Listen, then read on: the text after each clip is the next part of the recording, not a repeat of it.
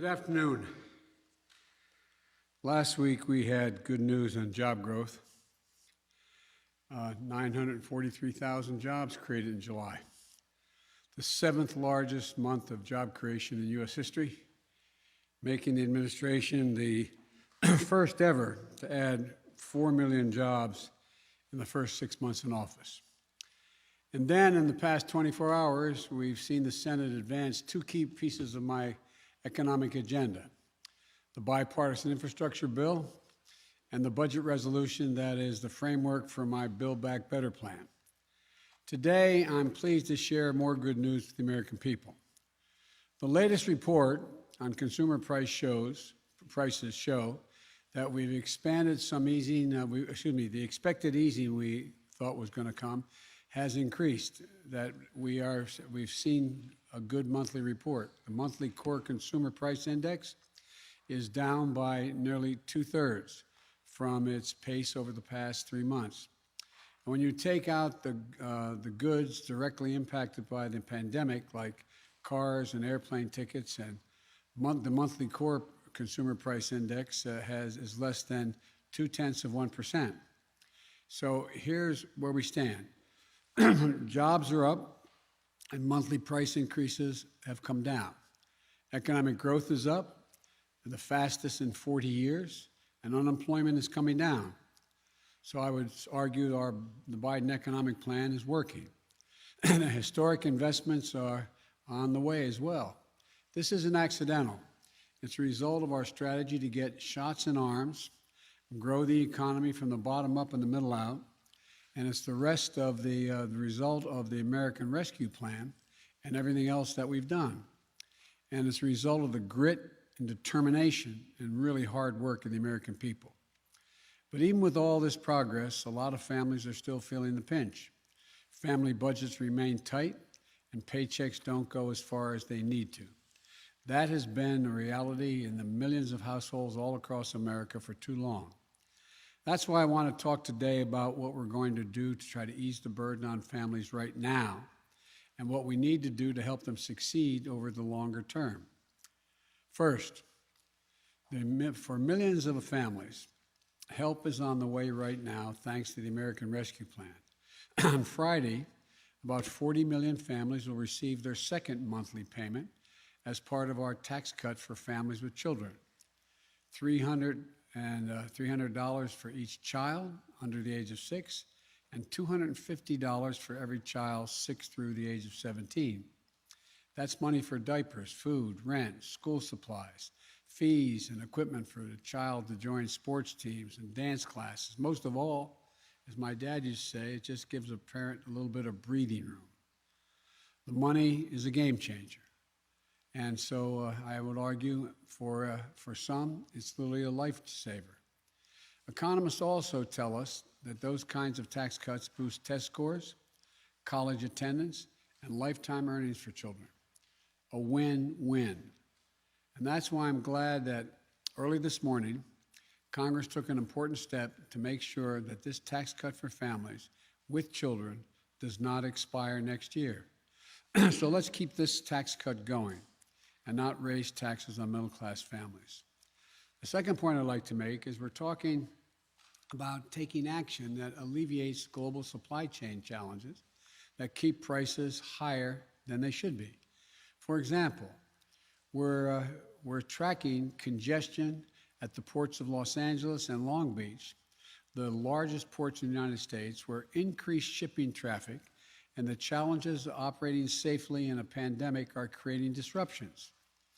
Those disruptions impact everything from how much our food costs to when deliveries arrive. So my administration is bringing together port operators, shipping lines, labor unions, trucking companies, railroads, and others to speed up the port's operations. Right now, our experts believe, the major independent forecasters agree as well, that these bottlenecks and price spikes will reduce as our economy continues to heal. And while today's consumer price report points in that direction, we will keep a careful eye on inflation each month and trust the Fed to take appropriate action if and when it's needed. Third, I've directed my administration to crack down on what some major players are doing in the economy that are keeping prices higher than they need be. Take your grocery bill. When big agricultural operations consolidate, they put a squeeze on small and family farms, making them pay more for seed, paying them less for what they produce, and raising prices on what you pay for your groceries at the grocery store. My executive order opens up competition in the agricultural business, gives more farmers a chance to compete, which will give Americans more food choices at lower cost. Fourthly, we're taking action to address gas prices as well. Today, gas prices are lower than they were early in this decade, but they're still high enough to create a pinch on working families. One key thing about the infrastructure bill that just passed the Senate is there are no gas tax increases. No gas tax increases. I made that absolutely clear that I would not raise gas taxes. I'm glad everyone in the Senate seemed to agree with that. But that's not enough. Recently, we've seen the price that oil companies pay for a barrel of oil begin to fall. But the cost of gasolines at the pump for more American people hasn't fallen. That's not what you'd expect in a competitive market. I want to make sure that nothing stands in the way of oil price declines leading to lower prices for consumers. So today, my director of the National Economic Council has asked the chair of the Federal Trade Commission to use every available tool to monitor the U.S. gasoline market and address any illegal conduct that might be contributing to price increases at the pump while the cost of barrel oil is going down. We also made clear to OPEC, the major oil exporting nations of the world, that the production cuts made during the pandemic should be reversed as the global economy recovers in order to lower prices for consumers. The child tax credit, stepping in to address the supply chain challenges, my competition orders, the FTC investigation and the price gouging, these are some of the immediate steps we're taking to put more money in your pocket and make that money go further.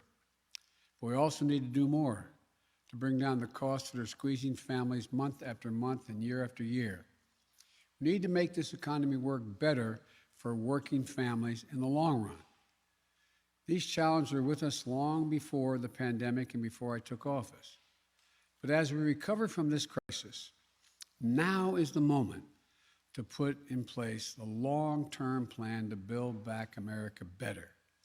A plan that will increase opportunities with better jobs and with higher wages.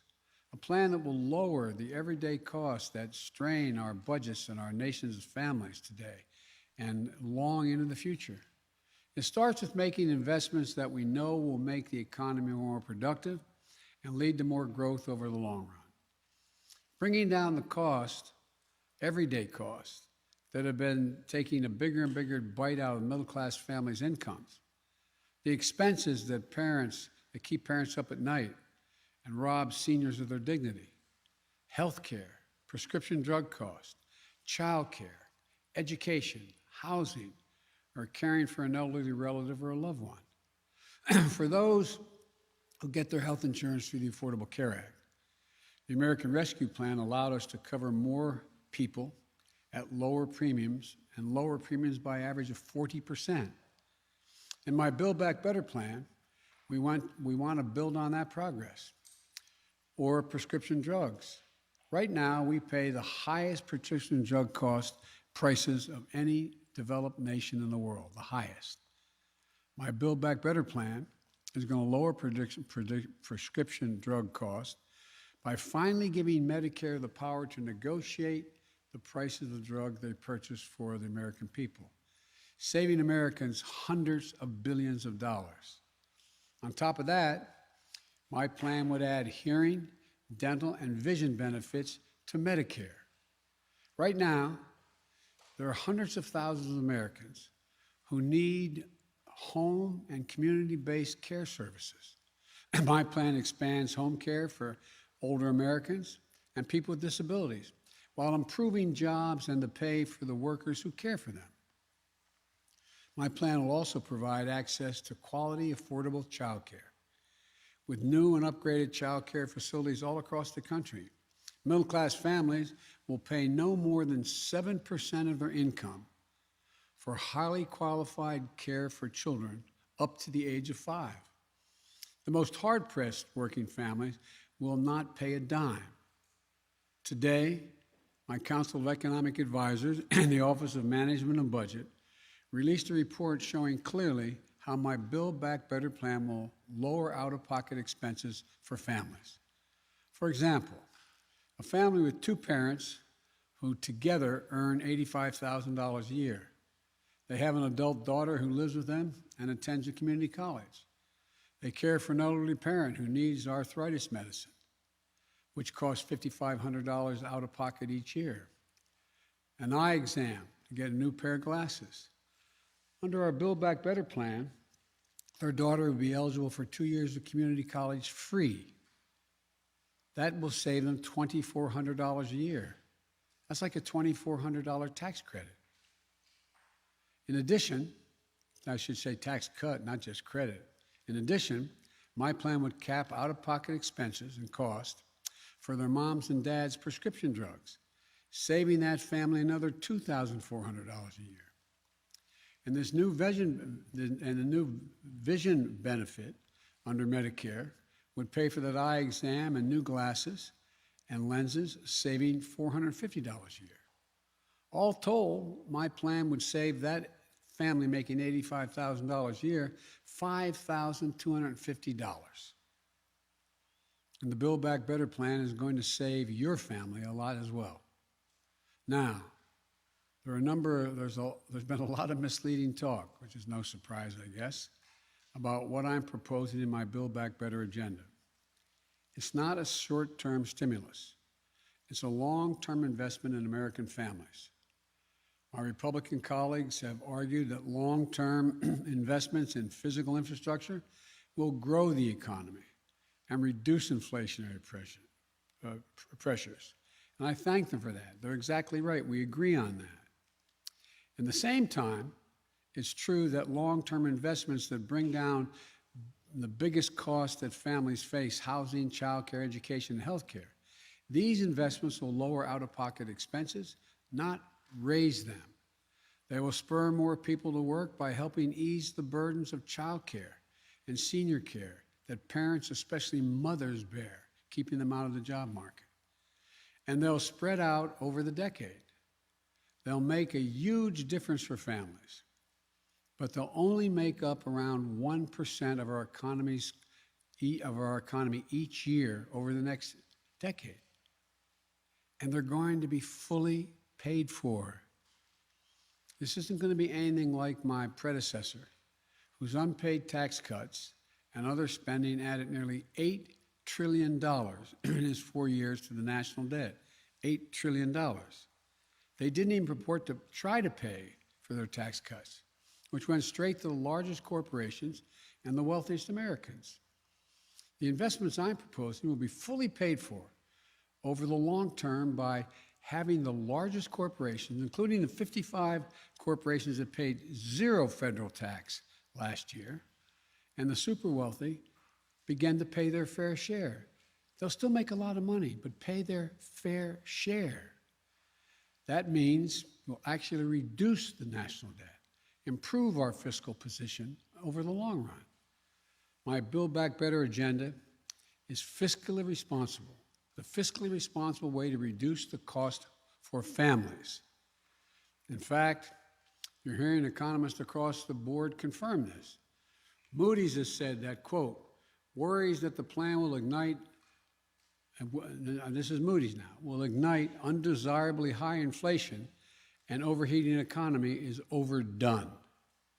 Nobel Prize winning economist Joseph Stiglitz said my plan, and I quote, there is no conceivable way that will have any significant effect on inflation. Jason Furman of Harvard University has said, quote, I don't think the infrastructure bill or the reconciliation plan would materially impact inflation over the next decade. So, if your primary concern right now is the cost of living, you should support this plan not oppose it. Because a vote against this plan is a vote against lowering the cost of health care, housing, child care, elder care, and prescription drugs for American families. So let me close with this. We brought this economy back from a cold start. And there are going to be some ups and downs. But I am committed to making sure that our historic economic recovery reaches everyone. This time reaches everyone and eases the burden on working families, not just this year, but for the years to come. So thank you. God bless you, and may God protect our troops. Thank you. Mr. President, one on Afghanistan, sir. Mr. President, one message to OPEC.